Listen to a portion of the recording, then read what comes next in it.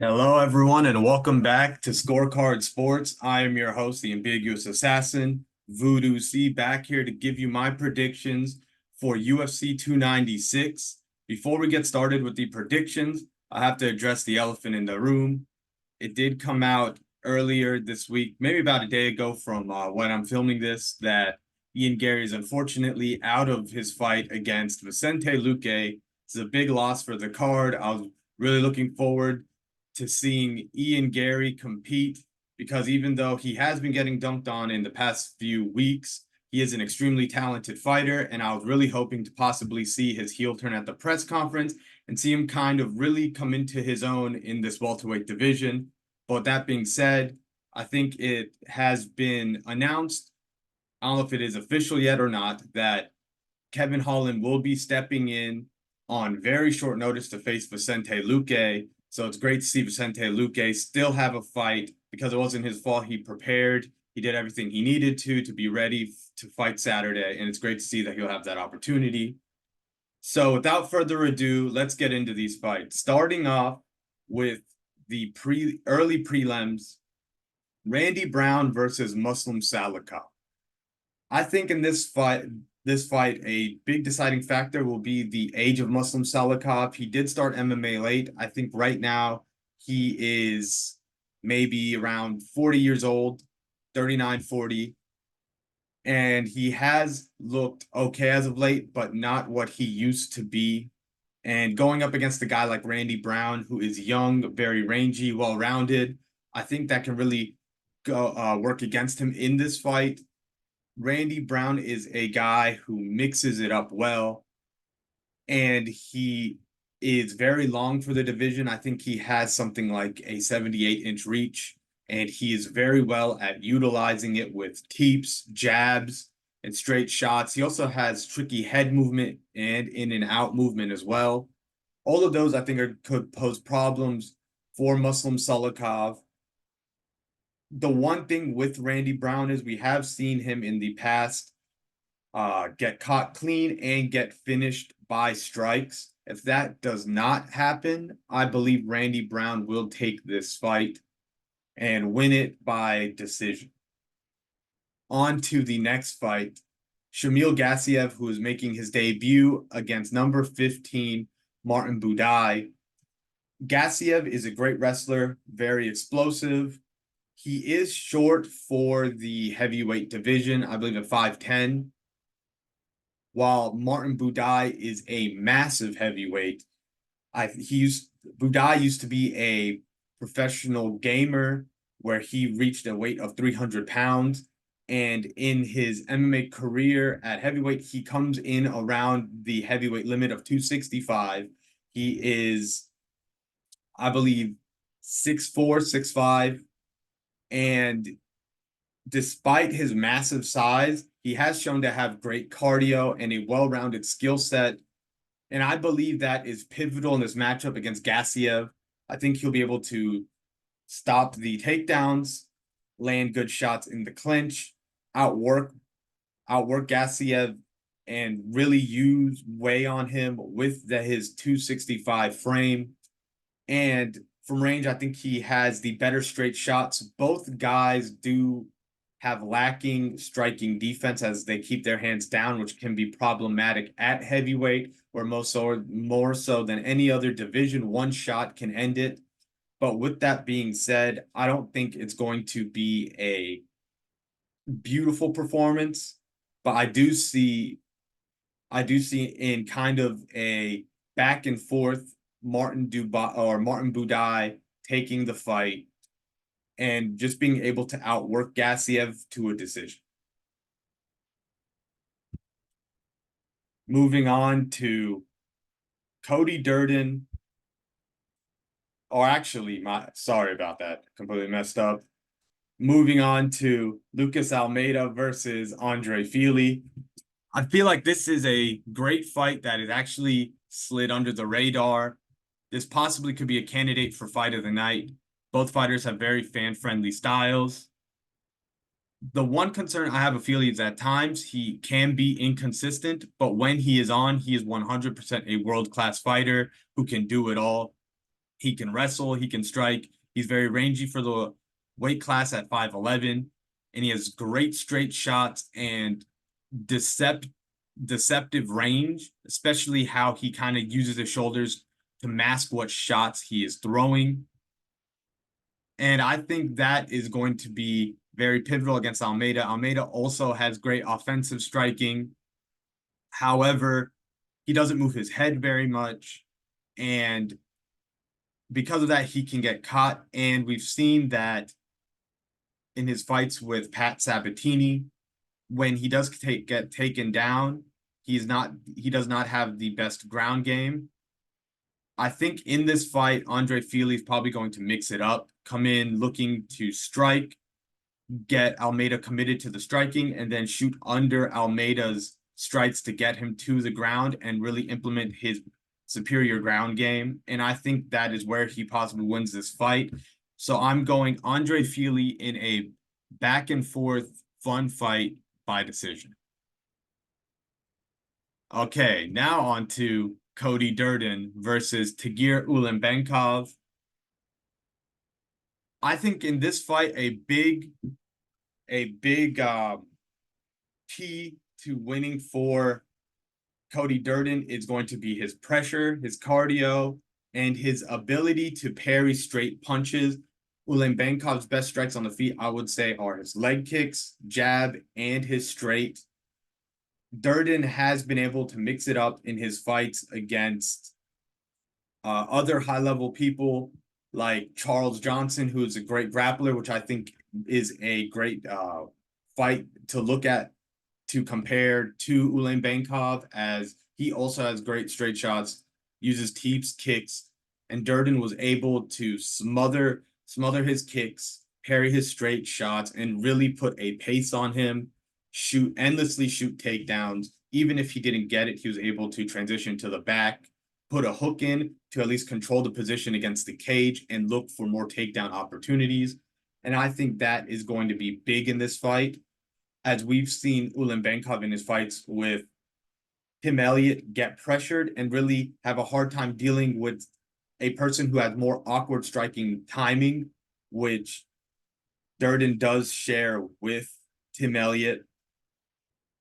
One thing for Durden in this fight that I am worried about is Ulanbekov does have a great guillotine, and in Durden's fight with Jake Hadley, he did show a willingness to kind of be relaxed in those guillotine positions where he could get caught in guillotines with his like head outside singles and the way he finished some of his double legs.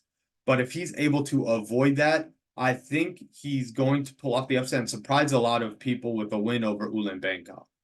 I'll probably say he beats Ulanbekov by decision, but the fight is very close. Moving on to the next fight, Dustin Jacoby versus Alonzo Menifield. This is also going to be a great fight. Dustin Jacoby is a very high-level kickboxer, having fought in glory against fighters like Alex Pereira. And he's looked fantastic in his second stint with the UFC, which has seen him go 7-2 in losses to Khalil Roundtree and Azamat Mazakhanov. I do think he beat Khalil Roundtree. However, I digress. In this fight against Alonzo Menifield, I believe the big factor will be the striking and the overall straight shots and movement of Dustin Jacoby, as he's a guy that doesn't fully commit to every shot, which allows him to chain together his combinations seamlessly. He also does a great job of feinting, of hand trapping. I think all those things are going to give someone like Menifield a hard time. Menifield has shown in the past, similar to Khalil Roundtree, I believe when he fights Dustin Jacoby is going to make him miss. In Dustin Jacoby's fight against Khalil Roundtree, did a great job of landing and just getting out of range from the big counters of Khalil Roundtree, where he kind of was swinging at air. And I think he could definitely do that to Alonzo Menifield as well, whose striking is a lot more limited than someone like Khalil Roundtree. I also believe that Dustin Jacoby has very underrated takedown defense. His takedown defense is very good. He's able to stop every takedown from Mazakhanov. And I think he has, for the most part, been able to stop in his second stint a majority of takedown attempts. And against Alonzo Menifield, while Menifield is the better fighter on the ground, I believe he will have a tough time taking Jacoby down to really implement his submissions that he does have. And because of that, I think Jacoby probably gonna skate by a decision where he's just able to stay out of range of Meningfield's massive counter shots and just pot shot him from the outside to win a decision. I think Menifield is 6'2", maybe 6'1", while Jacoby is 6'4" with a 76.5 reach, and he will use every bit of that reach against Menifield. So I call Jacoby by decision. On to another fight, which is very interesting, between Ariane Lipski and Casey O'Neill. I think in this fight, Ariane Lipski has looked good as of late. She is someone who came into the UFC as a former KSW champion with a lot of hype. She had mixed results in her first few fights, but has really put it together as of late. But unfortunately, I believe that's going to end in this matchup. I think Casey O'Neill has underrated boxing. Even though it is slow, she has great straight shots. She also, early in her UFC career, showed a great ground game where she was able to use her relentless pressure, drag her opponents to the ground, really pressure them, landing big ground and pound, looking for submissions. And I think that is a path to victory in this fight against Lipski, who at times has shown a low striking output, which leaves her susceptible to being pressured by a fighter like Casey O'Neill. Also, Lipski has shown that she will back up and kind of welcome pressure and fight off the back foot, which also could be problematic against someone like O'Neill. The other thing that I really see in this is if O'Neill gets it to the ground, like I said before, I think she's going to probably dominate this fight. So I have to go with Casey O'Neill by probably either TKO or submission on the ground. All right, on to the next one is Brian Kelleher versus Cody Garbrandt. This is an interesting one, as even though Cody Garbrandt has had mixed results in his most recent fights, I don't believe it is due to Garbrandt's skill level. He's an extremely skilled fighter. I think it comes down to, at times in his fights, it's his decision-making and the deterioration of his chin through the wars he has been in. With that being said, I do believe this is a great matchup for Garbrandt stylistically, as Brian Kelleher, his two main big weapons, I don't think will give Garbrandt much trouble, which is his big right hand and his guillotine. We have seen Garbrandt wrestle more in his most recent fights, and I think that's a path to victory here if he really has a more measured approach where he implements his blistering hand speed, elite level boxing, and his great wrestling. The only thing, like I said prior, that he has to worry about is not getting caught by the big overhand from Brian Kelleher and Brian Kelleher's guillotine. So I think Cody Garbrandt probably takes this fight by KO or a very comfortable decision. All right, on to Karol Rosa versus Irene Aldana. I think the big factor in this fight is going to be the boxing of Aldana and primarily the straight shots. She has very good timing. And against someone like Karol Rosa, who loves to kind of push forward, clinch, and land a lot of strikes inside of those close encounters, I think Aldana could catch her coming in, drop her, maybe finish her on the ground with a submission, or throughout a 3-round, 15 minutes, she can just land nice pot shots, land the bigger counters, and just bank rounds and win a decision. So I'm going to go with Irene Aldana in this one. On to the fighter coming in on short notice, Bryce Mitchell replacing Giga Chikadze. I was very disappointed when I found out Giga was out of this fight, but it's still a great matchup between Bryce Mitchell and Josh Emmett. I think in this fight, a big factor is going to be the power of Emmett, as I think he has the faster hands, the more powerful hands, and also Josh Emmett. We don't see it very often, but he is a great wrestler and he does not get taken down very often. And I think that's going to be problematic for Bryce Mitchell, who has a great striking for his style, which is landing a lot of shots to make kind of overwhelm his opponents, make them think he's striking with them, and then shoot under their strikes and get them to the ground. And once he drags them to the ground, he has great control and he has very good jiu-jitsu. However, the big part of this fight is whether he will be able to get Josh Emmett down. And I don't think necessarily he has the takedowns to do so. Josh Emmett is very physically strong. As I said before, he has great takedown defense. And he has ridiculous power. If this guy hits you, he can do a lot of damage. In his prior fights against Ilia Topuria, and I would say against Cater, some of those other guys, Yair Rodriguez, Josh Emmett telegraphed a lot of his overhands, and against great strikers like them, they were able to move out of the way and really avoid a lot of the danger of Josh Emmett. Where I think in this fight, Bryce Mitchell, especially coming in on short notice, and with his level of striking, I think won't be able to stop the offensive onslaught of Emmett on the feet. I think Emmett's gonna land big overhands, uppercuts, nice counters to Bryce Mitchell's takedown attempts, and really, really hurt Bryce Mitchell in this fight. So I'm going to go with the underdog, Josh Emmett. And next fight is going to be Vicente Luque versus Kevin Holland.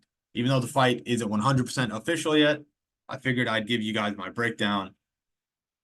I think in this fight, with Kevin Holland coming on such extremely short notice, something like 3 days, it could be bad for him going up against this version of Luque, which in his last fight against RDA was doing a great job of having a more measured approach and mixing it up. He seems to be maybe moving away from his older style of being a blood and guts finisher. And that might make him less of a fan favorite, but could lead possibly to him having more wins at a higher level with mixing in his great jiu-jitsu and with his striking. I think in this fight with Holland, that could give him issues, as Holland has shown improvements with his takedown defense, but has shown in the past that he struggles when guys mix in takedowns with striking. And Luque could definitely go with that approach against someone like a Kevin Holland. And I think also the pressure of Luque, the power, both fighters don't necessarily have the best head movement.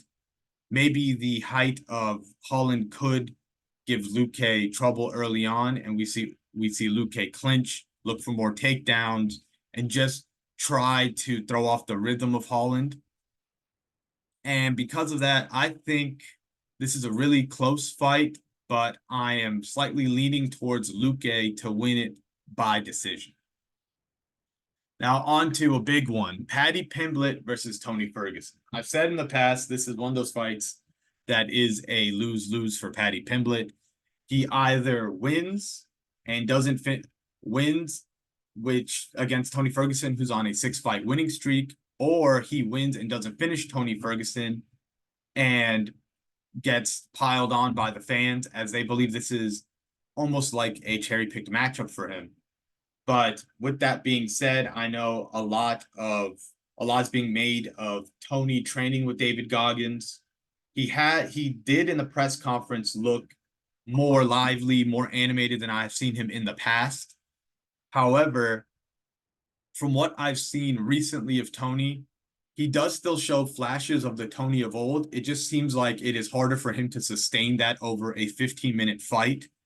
And because of that, I think he could give Paddy Pimblett trouble early due to Paddy Pimblett's lack of boxing and striking defense, as his main defense is his chin. I could see Tony landing powerful straight shots, some leg kicks, nice check hooks. However, in the second round, I could see Paddy Pimblett starting to really rally back, maybe even towards the end of the first round. And I believe he probably submits Tony Ferguson at the end of the second round, maybe even in the third round by rear naked choke. Sorry. Moving on to the next fight, Stephen Wonderboy Thompson versus Shavkat Rakhmonov. This is a fight that I believe it's hard for most people don't want to fight Shavkat, so I give Wonderboy all the credit in the world for taking this fight. I know if Stephen Thompson wants to get a title shot, if he does get past Shavkat, but that is a tall ask. I think Shavkat has the striking to compete with Wonderboy. Wonderboy probably will give him trouble early on, as he does have a very unique style that gives a lot of people issues. But Shavkat is special in his way that he is very elite on the ground and on the feet, pretty much everywhere the fight goes. And that is going to be pivotal in this matchup, as we have seen Stephen Thompson struggle with wrestlers in the past with his fights with Gilbert Burns, Bilal Muhammad.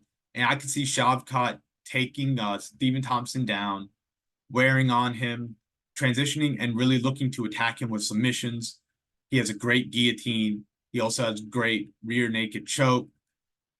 And on the feet, he also has great strikes, great counters. And he's also great on the inside with his elbows and knees. I just think everywhere this fight goes, Shavkat's competitive, and he has a massive advantage on the ground. And I just see more ways for him to win this fight. Stephen Thompson is still a great fighter, great striker. He is getting up there in age. We have seen him get out grappled, and I think that might be the case in this fight tonight, or in this fight on Saturday. All right, moving on to the co-main event, Alexandre Pantoja versus Brandon Royval. This is a rematch of a fight that happened not all that long ago. I believe after Pantoja was the last person to beat Royval before Royval experienced his 3-fight winning streak, which has seized him a flyweight title shot. However, I don't think I've seen the evolution from Royval to think this fight goes any differently than it did before. Royval is very long for the division. He does have very deceptive striking, great knees, great straights. He does have a good ground game, but in his fight against Rodrigo Bontorin, which was the first fight that did kick off his winning streak, we saw Bontorin really utilize a lot of what Pantoja did in their first fight. In Royval and Pantoja's first fight, Royval has a tendency when he does get taken down to roll, which ends up giving up his back to these great jiu-jitsu back takers who are able to get his back, control him, and really start threatening with rear naked chokes. That's what got Royval submitted by Brandon Moreno and Alexandre Pantoja in their first fight. Bontorin utilized that a lot in his fight against Royval, and was able to rack up a lot of ground control in their matchup. I was rather surprised when they did give the win to Royval in that fight. And I think that same weakness that Pantoja exploited in their first fight, he can exploit in this fight. Also, another thing to take note of as well is Brandon Royval has never gone 5 rounds. And it is rare that he goes 3 rounds. He mostly gets the finish, or he gets submitted or gets caught with something in his losses in the UFC. And I think that could be the case in this fight, as in the later rounds, maybe Royval slows a little bit. Pantoja gets the fight to the ground. Royval attempts to roll. Pantoja is able to get his back once again, get the submission, or just control him and just bank rounds to win a decision. I also think that when these guys first faced off, there was a clear discrepancy in the level of both Royval and Pantoja's jiu-jitsu. Pantoja is also extremely durable, which I think hurts Royval's chances of taking this fight or winning this fight, because Royval, for the most part, as I've said, does find finishes to win a majority of his fights. And the durability submission defense of Pantoja could give him a hard time. The cardio of Pantoja showed great cardio in a back and forth war against Brandon Moreno, where he was able to bank a lot of those championship rounds away from Moreno. And I think with all that being said, I believe Pantoja beats Royval by submission or decision in this fight. And this is one of those picks that I would say I'm more confident on the card. Moving on to the big main event, Colby Covington versus Leon Edwards.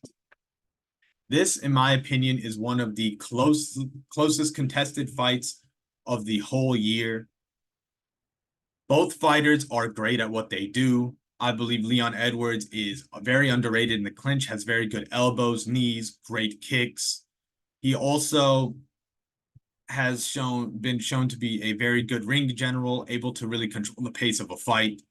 However, going up against a guy like Colby Covington, I think in the nuance of wrestling, in comparison to Kamaru Usman, who Leon Edwards was able to beat twice, there are key differences that could give Leon Edwards trouble in this fight, mainly down to the knees of Kamaru. Because of Kamaru's knees, I don't think he catches kicks as often.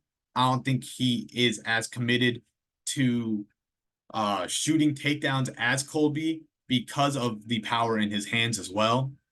And I think because of that, it allowed Leon space to really work his kicks and a lot of the striking that makes him look, that makes such a beautiful fight whenever Leon Edwards is able to dominate it. But I don't think Colby is going to give him those opportunities. I think Colby is probably going to catch the kicks, going to pressure him, going to be in Leon's face the entire fight. Leon has shown at times he does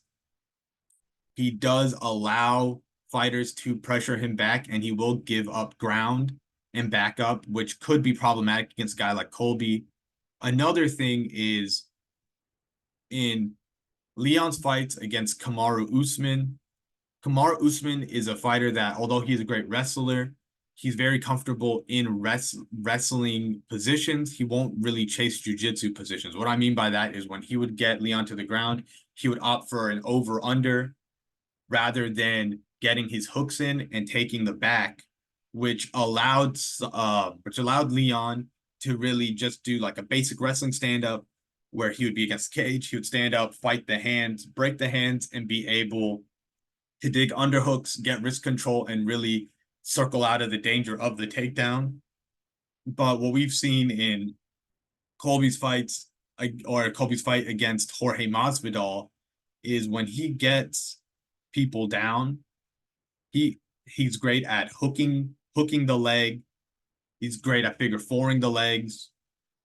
And if people do begin to stand up against him while having those hooks in, he will attack chokes, forcing his opponents to have to go to their back to alleviate the pressure of the rear naked, thus making them have to work from ground zero and back from the drawing board, trying to stand all the way back up to their feet, sapping more of their cardio.